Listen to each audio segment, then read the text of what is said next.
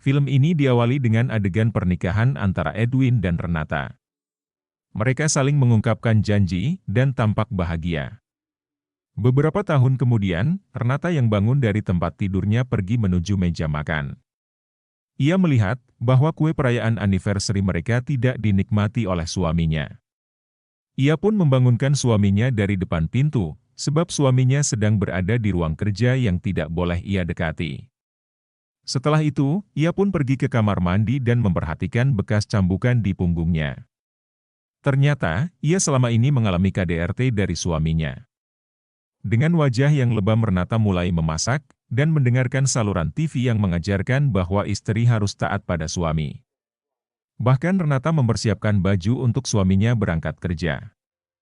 Mereka pun mulai makan, namun suaminya lebih asyik melihat handphone miliknya. Hingga Edwin pergi, ia pun masih berlaku kasar kepada Renata. Di saat ia sedang asyik menyetrika baju, tiba-tiba saja pandangannya teralihkan, sebab ada suara ketokan pada pintu. Ternyata ada seorang ibu yang bernama Bu Maya mengantarkan paket, ia mulai mengatakan hal yang aneh. Sehingga, membuat Renata terlihat ketakutan. Kemudian seorang pasangan suami istri menghampiri Renata, dan mengatakan kenapa tidak pergi dari hunian ini. Sebab hunian ini tidak layak lagi. Namun, Renata dengan ketakutan segera masuk ke dalam rumah. Kemudian Renata terlihat duduk, dan ia menghadap kue ulang tahun. Ia terlihat sedih sebab suaminya tidak bersama dengannya.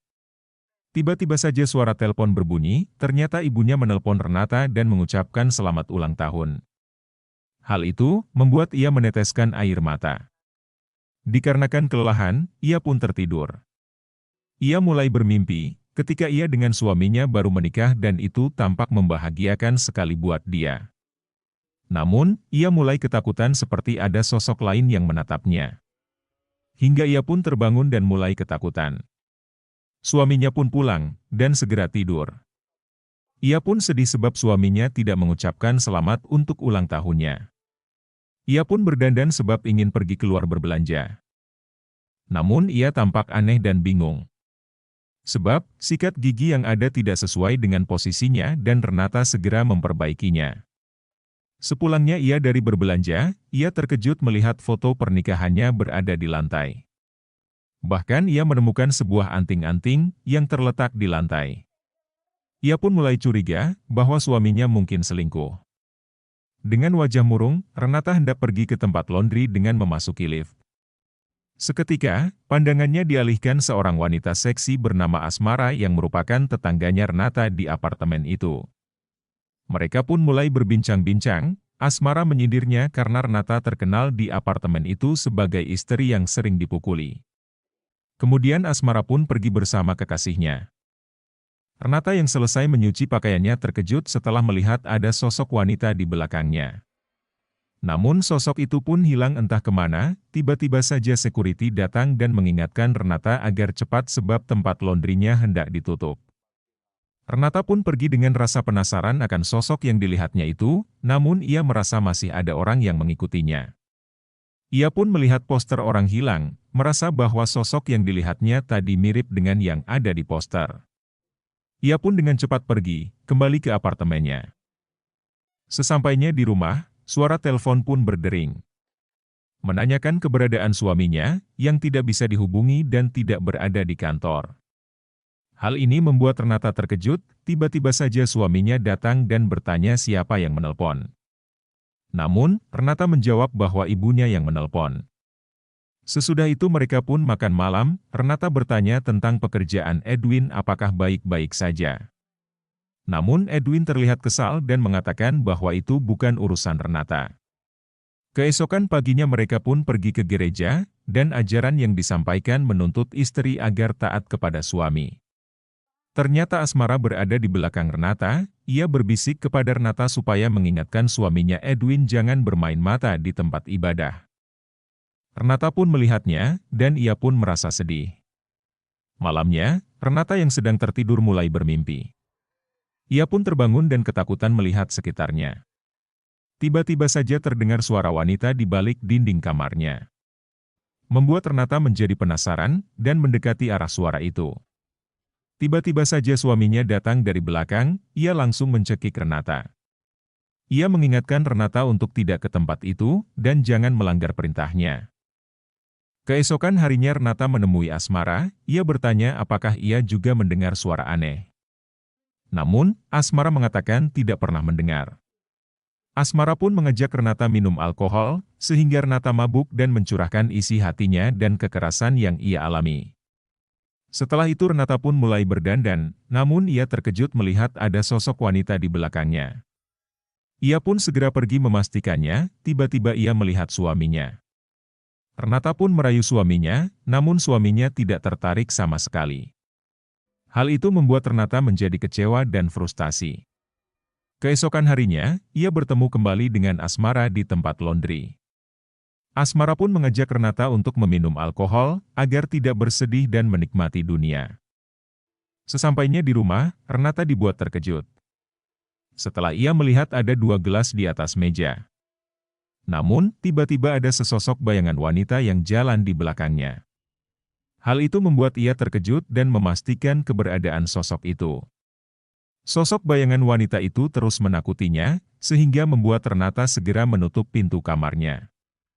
Suaminya tiba-tiba datang dan memaksa Renata untuk meminum obat, namun Renata menolak dengan alasan bahwa dia akan susah mendapatkan anak. Namun Edwin tidak peduli, sebab Renata sudah divonis dokter tidak akan bisa memiliki anak. Di tengah pengaruh obat yang diberikan Edwin, Renata melihat suaminya sedang selingkuh dengan wanita lain di tempat kerjanya. Wanita yang sedang bersama Edwin itu bernama Ana. Dengan putus asa, ia pun bercerita kepada Asmara apa yang ia lihat. Dan Asmara mengatakan supaya Renata berdandan dan merayu suaminya agar mereka bisa berhubungan suami istri. Renata pun melakukan apa yang disarankan oleh Asmara, tetapi ketika Edwin memberikan obat kepada Renata untuk diminum dan ia menolak. Renata dipukuli oleh Edwin dengan kerasnya, bahkan pemukulan itu terus berlangsung. Keesokan harinya ia ke rumah ibunya, namun mereka menyalahkan Renata dan menyampaikan agar dia mempertahankan rumah tangganya. Hal itu membuat Renata bersedih, sebab seperti tidak ada yang mendukungnya. Sesampainya di apartemen ia melihat sosok Ana, ia pun mengejarnya. Bahkan sampai ke tempat ibu Maya orang tua Ana. Namun, ia tidak menemukannya. Keesokan paginya ketika ia bangun tidur, Renata melihat sosok Ana sedang berada di kamar mandi. Ia pun diam-diam mengikutinya, dengan tatapan tajam ia memperhatikan Ana. Kemudian, Renata pun datang memberitahu kepada Asmara. Dengan emosi Asmara memerintahkan Ana pergi keluar. Namun, ia mendengar suara pisau dan itu tertikam di dada Ana. Hal itu dilakukan Asmara, dan Renata terlihat panik. Dengan segera Renata ditemani Asmara pergi menaiki mobil untuk membuang jasad Ana. Mereka meletakkannya di dalam koper merah, dan membuangnya di sekitaran sungai.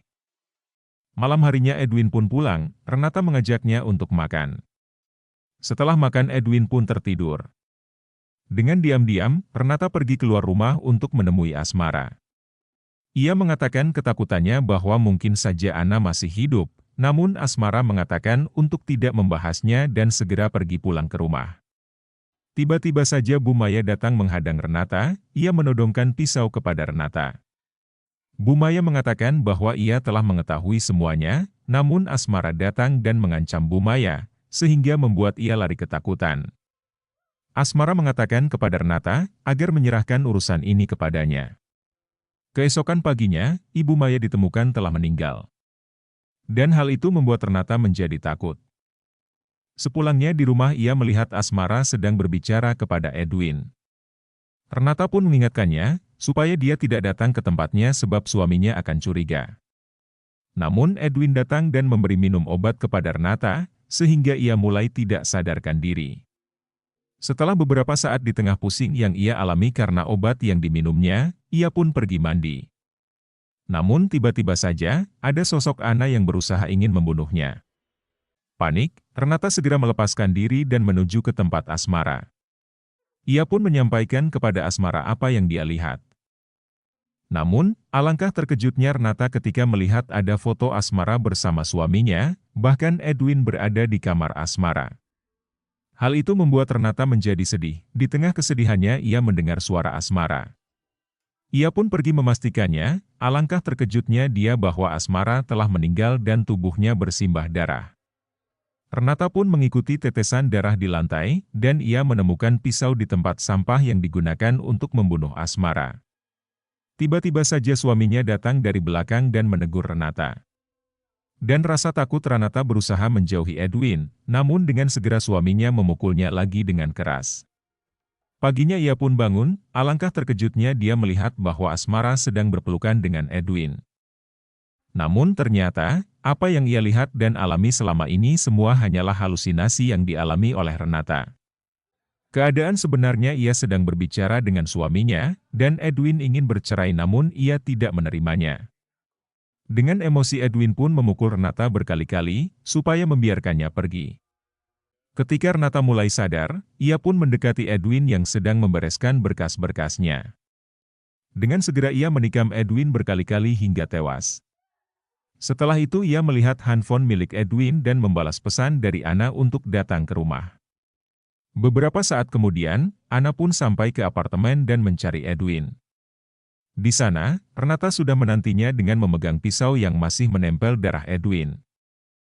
Kemudian Renata datang dan menikam Ana, dengan rasa takut Ana berusaha melarikan diri tetapi Renata menangkapnya dan membunuhnya.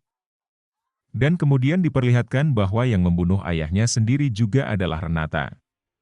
Ia memasukkan racun di dalam gelas, dan ia menikmatinya. Hal itu dilakukan karena orang tuanya yang bercerai. Dan akhirnya Renata pun diperlihatkan telah menjadi gila, dan merasa bahwa suaminya masih hidup. Kesimpulan dari cerita ini, pilihlah pasangan dengan hati-hati jangan terburu-buru. Dan perlu diingat kepada para suami, jangan memukul istri karena kamu tidak tahu kapan mereka akan menyerang balik. Mantap!